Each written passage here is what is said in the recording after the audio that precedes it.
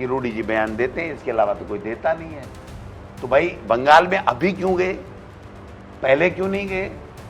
बेईमान पूरे देश के अंदर बीजेपी का एक भी नेता बेईमान नहीं है, एक भी भ्रष्टाचारी नहीं है। हद ही हो गई, मतलब कि इन्होंने परिसीमन में भी बेईमानी की है, इन्होंने वोटर लिस्टों में भी बेईमानी की है। ये वापसी जाना आना लगा रहता है, अपने स्वार्थ से लोग जाते हैं, स्वार्थ से वापस आ जाते हैं। समझे कि नहीं बात? उस पर ज्यादा फोकस नहीं हमारा, हो जाएगा, कोई बात नहीं। अब आप खुद ही बता दो, आपको ही हंसी आ रही है।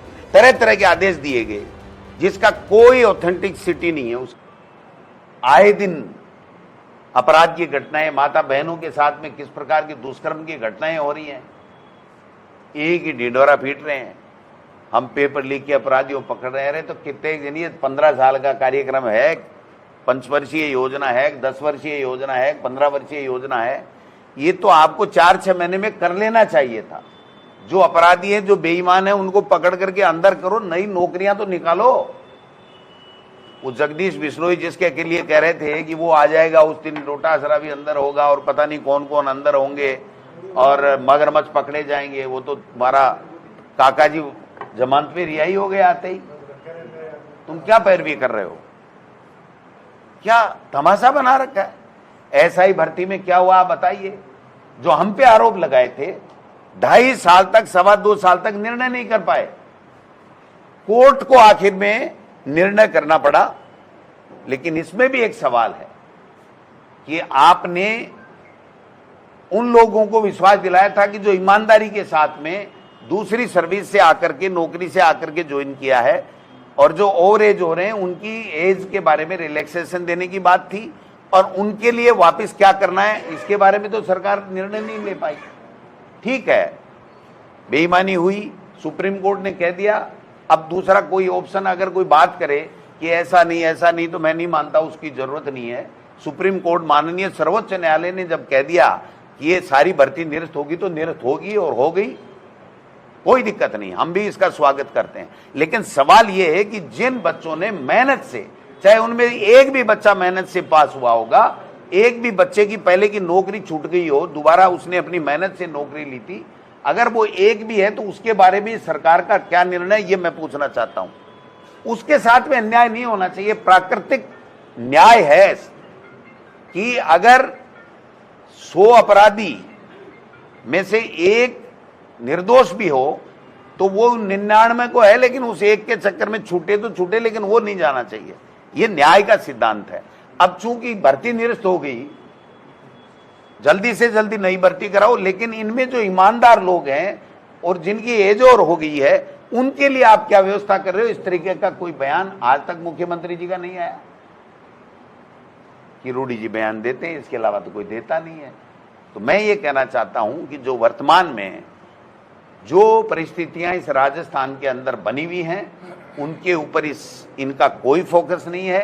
केवल दिल्ली जाके हाजिरी लगाना, ये इसलिए काम नहीं कर रहे, मैं कह देना चाहता हूं कि इनको ये पूरा भरोसा है, यहां के लोगों को पूरा भरोसा है, बीजेपी के नेताओं को, कि इसी प्रकार से जैसे बंगाल के अंदर लोकतंत्र को लूटा गया, उसकी हत्या की गई, वोट लूट करके सत्ता दादागिरी से बनाई गई, तानाशाही से बनाई गई, एजेंसियों के दुरुपयोग से बनाई गई, चुनाव आयोग के सहयोग से बनाई गई, उस तरह से हम राजस्थान में कर लेंगे। कान खोल के सुन लो बीजेपी वालों, जान दे सकते हैं, लेकिन इस बाबा साहब के संविधान पे हाथ नहीं आने देंगे। और बाबा साहब के संविधान ने ये वोट का जो अधिकार दिया है, उस वोट के अधिकार पे चोट नहीं करने देंगे। आपकी साजिश हमने एसआईआर में भी नहीं चलने दी, आपकी साजिश आगे वाले चुनाव में भी नहीं चलने देंगे। जान देनी पड़े, लेकिन राजस्थान के लोगों का जो वोट का अधिकार है, उसका सदुपयोग वो अपना उपयोग करें। ये व्यवस्था हम राजस्थान के अंदर कांग्रेस पार्टी का तमाम कार्यकर्ता करेंगे। मैं समझता हूं कि आज ये खुश तो हो रहे हैं, लेकिन इनको कोई पूछे कि भाई हमारा तो इन में से एक भी मुख्यमंत्री नहीं था, फिर भी हमारा तो एक मुख्यमंत्री बना है। तुमने तो वहां पर तो लूटा है बंगाल में, तो बंगाल का तो मतलब मानो ही मत कि बंगाल में जनता ने फैसला किया हो। अब आप, अगर उसकी रिपोर्ट है मेरे पास में, अगर मैं बताऊं तो आप समझोगे 91 लाख हटाए, 31 लाख से ज्यादा मुस्लिमों को अंडर एडजुडिकेशन निर्णयाधीन रखा गया। अब आप बताओ ये सही फैसला कैसे है भाई? इनका क्या होगा साहब? ये अगर ये सही है तो इनको अपील का भी अधिकार नहीं दिया गया, टाइम नहीं दिया गया, तो ये बहुत गलत बात है। ईडी, इनकम टैक्स, 200 ईडी के अधिकारी वहां पड़े थे। तो भाई बंगाल में अभी क्यों गए, पहले क्यों नहीं गए? बेईमान पूरे देश के अंदर बीजेपी का एक भी नेता बेईमान नहीं है, एक भी भ्रष्टाचारी नहीं है। हद ही हो गई मतलब। तो ये बात करने के लिए हमने आपसे, आज आप आए हो तो हमने सोचा कि आपसे बात कर लें। अगर कोई बात आपके दिल दिमाग में है। संगठन बढ़ाओ अभियान का टाइम बढ़ाए 15 नहीं किया। देखिए, हमारे ग्राम पंचायतों की जो अध्यक्ष और कार्यकारिणी 78% पूरा हो गया। नगर निकाय के वार्डों के जो अध्यक्ष हैं वो और उनकी कार्यकारिणी 56% पूरी हुई है। आज जहां पर इन्होंने काम नहीं किया उन सबको हम नोटिस दे रहे हैं। टोटल शायद 32-33 ब्लॉक अध्यक्ष गण हैं कि आपके यहाँ पर 1 महीने के समय में कार्य पूरा नहीं हुआ, फिर भी आपको 15 दिन हमने डेट बढ़ाई है, तो 10 दिन का उनको समय दे रहे हैं कि 10 दिन के अंदर आप अपना कार्य पूरा कर देवें। क्योंकि एक इतना नीचे लेवल से जाकर के हमको काम करना पड़ता है। 1 महीना था, गर्मियों का, शादियों का मौसम था, इसलिए हमने 15 दिन और बढ़ा दिया। लेकिन अब ये 15 दिन के बाद में नहीं बढ़ेगा। 15 दिन में हम तमाम वार्ड इकाइयां, उनका गठन और ग्राम पंचायत इकाइयों का गठन करेंगे और 1-2 दिन के अंदर हम आपको दोबारा से बुला करके बताएंगे कि किस प्रकार अब आगे का कार्यक्रम हम लोग दूसरा कैसा कार्यक्रम चालू करेंगे। क्योंकि इन्होंने परिसीमन में भी बेईमानी की है, इन्होंने वोटर लिस्टों में भी बेईमानी की है, तो वोटर लिस्टों का भी हमें अध्ययन कराने की आवश्यकता पड़ेगी। दूसरे भी हम लोग नीचे के लेवल से जो लोगों की समस्याएं हैं उनके समस्याओं के लिए ये तो सुन नहीं रहे, इनकी न तो जन सुनवाई है न को। अभी मैं एक आंकड़ा देख रहा था कि सरकार ने कहा कि ACS लेवल के अधिकारी 10 लोगों की जन सुनवाई करेंगे। 10 दिन के अंदर 5.5 लाख लोगों का वहां पर जन सुनवाई के लिए आवेदन आ गया, समस्याओं के लिए आ गया। अब आप बताइए कि इतने से समय में अगर ACS 10 सुनवाई करेगा एक, तो अगर 10 ACS भी करेंगे तो 100 की सुनवाई कर देंगे। तो 10 दिन के अंदर 5.5 लाख लोगों ने तो इनके रजिस्टर्ड करा दिया कि भाई हमारी समस्या है, कोई सुनने वाला नहीं है। तो हालात इस प्रदेश के बने हुए हैं। ऐसे में प्रमुख विपक्षी पार्टी होने के नाते हमारा जो दायित्व है कि जनता की जन सुनवाई हो, जनता के काम हो, जनता की समस्याओं का समाधान में हम उनके साथ में खड़े रहें।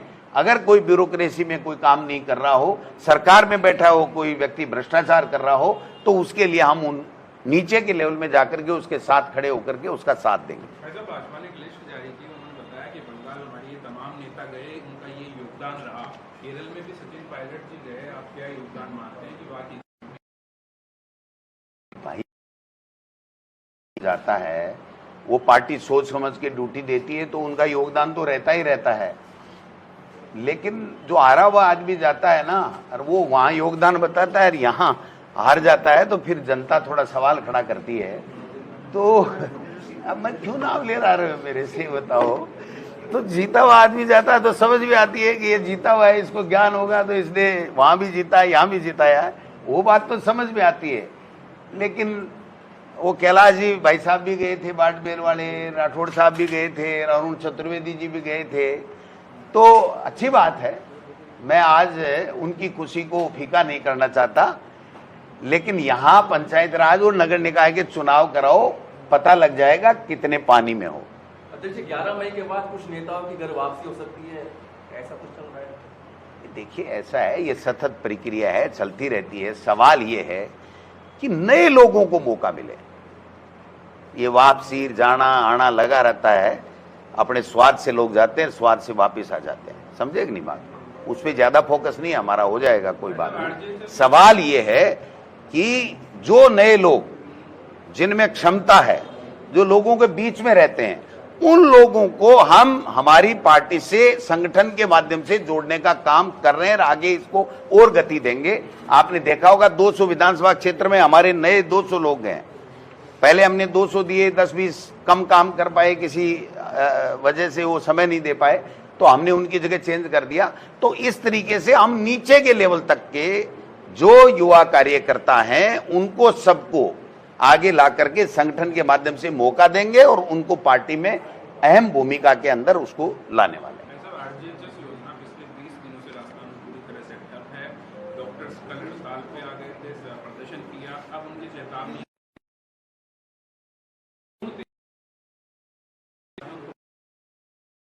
आरजीएचएस एक अच्छी स्कीम थी, उसमें किसी तरह की कोई दिक्कतें थी तो उसको सुधार करने का काम सरकार का होता है। अगर कोई कमियां खामियां थी तो उसको सुधार करना चाहिए, लेकिन इन्होंने तो पहले ही दिन तय कर लिया कि ये जनता को इलाज करने के लिए, कर्मचारियों को और आम जनता के लिए अच्छी स्कीम कांग्रेस की सरकार ने क्यों बना दी, इसलिए इसको ठप करना है। 2200 करोड़ रुपए ऑथेंटिक आंकड़ा है, 2200 करोड़ रुपए प्राइवेट हॉस्पिटलों को दिए ही नहीं जा रहे हैं और जांच पे जांच की बात कर करके इससे योजना को पूरी तरीके से खत्म कर दिया गया है। हॉस्पिटल सरकारी के अंदर डॉक्टर नहीं है, 8-8 महीने तक एपीओ बैठे रहते हैं, पोस्टिंग के लिए वेटिंग की जाती है, एसआईआर करके आए, पीजी करके आए, 8-8 महीने तक पोस्टिंग नहीं होती है। आप बताइए, और एक-एक, दो-दो की पोस्टिंग होती है। क्यों भाई? आपके पास 100 बच्चे आए, 100 की एक दिन में काउंसलिंग कराओ, जैसे शिक्षा विभाग में होता था हमारे समय में। अब तो वो भी खत्म हो गया, शिक्षा विभाग भी, उसमें तो कुछ हो ही नहीं रहा है। तो सवाल ये है कि आरजीएचएस को सोची समझी साजिश के तहत खत्म किया जा रहा है, जिससे कोई ये नहीं कहे कि साहब कांग्रेस के समय एक अच्छी मुख्यमंत्री चिरंजीवी योजना, आरजीएचएस और दूसरी योजनाएं चालू की थी। वो योजना तो इनकी प्राथमिकता में है ही नहीं। तो मैं समझता हूं कि ये केवल और केवल इवेंट मैनेजमेंट, संस्थाओं का दुरुपयोग, भ्रष्टाचार से पैसा कमा करके धनबल के आधार के ऊपर और लोगों को भ्रमित करके चुनाव जीतने का जो है मंशा रखते हैं। इसके अलावा इनका लोकतंत्र में और लोगों के काम करके दिल जीत करके वोट लेने में विश्वास नहीं। Thank you. बीजेपी के विधायक गोपाल शर्मा कह रहे हैं कि गोविंद सिंह डोटासरा जेल को तंत्र मंत्र करवा रहा है।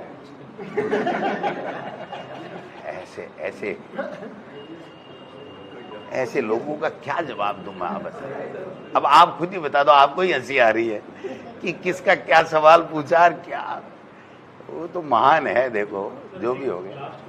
आसाम के अंदर परिसीमन और बंगाल के अंदर एसआईआर, इन दोनों का आपने स्टडी किया? नतीजे 100% में कोई चुनाव नहीं, 100% चुनाव नहीं। मैं आप कहो तो आपको ये दे सकता हूं। मैंने पूरा का पूरा स्टडी किया है, मेरी रिपोर्ट बनवाई है व्हाट्सएप के माध्यम से। जो बहुत महत्वपूर्ण बात, चुनाव आयोग ने सभी जिला अधिकारियों को, जो चुनाव निर्वाचन अधिकारी थे, उनको व्हाट्सएप के माध्यम से तरह तरह के आदेश दिए गए, जिसका कोई ऑथेंटिसिटी नहीं है, उसकी कोई प्रमाणिकता नहीं, कोई आदेश नहीं, और उसके आधार के ऊपर काम करो। आप बताओ ये कैसे संभव हो सकता है कि चुनाव आयोग जैसी निष्पक्ष संस्था आदेश नहीं निकाल करके व्हाट्सएप के माध्यम से मैसेज देकर के काम कराए? ये कैसे संभव हो सकता है? आप बताइए। नेक्स्ट इलेक्शन में सेम सिचुएशन आपको अगर फेस करनी तो आपकी क्या रणनीति है? भाई जी, जामबान्या राजस्थान है, ये वीरों की धरती है ना? पता नहीं चलेगा कहाँ गए भजन लाल जी, कहाँ गए। ऐसे थोड़ी होता है, वो तो वो जाने, उनका काम जाने। राजस्थान में तो सीने पे गोली खाने वाले पैदा हुए हैं, पीठ पे गोली खाने वाले पैदा नहीं हुए हैं। इनके गलतफहमी है, पहले भी आए थे, एजेंसियां लेके दोबारा आ जाए, कोई फर्क नहीं पड़ने वाला है। हम लोग राजस्थान 100% 2028 में जीतेंगे। 2029 में इनके दिल्ली में भी मोरिये बुलाएंगे बीजेपी वालों की, देखना। Thank you.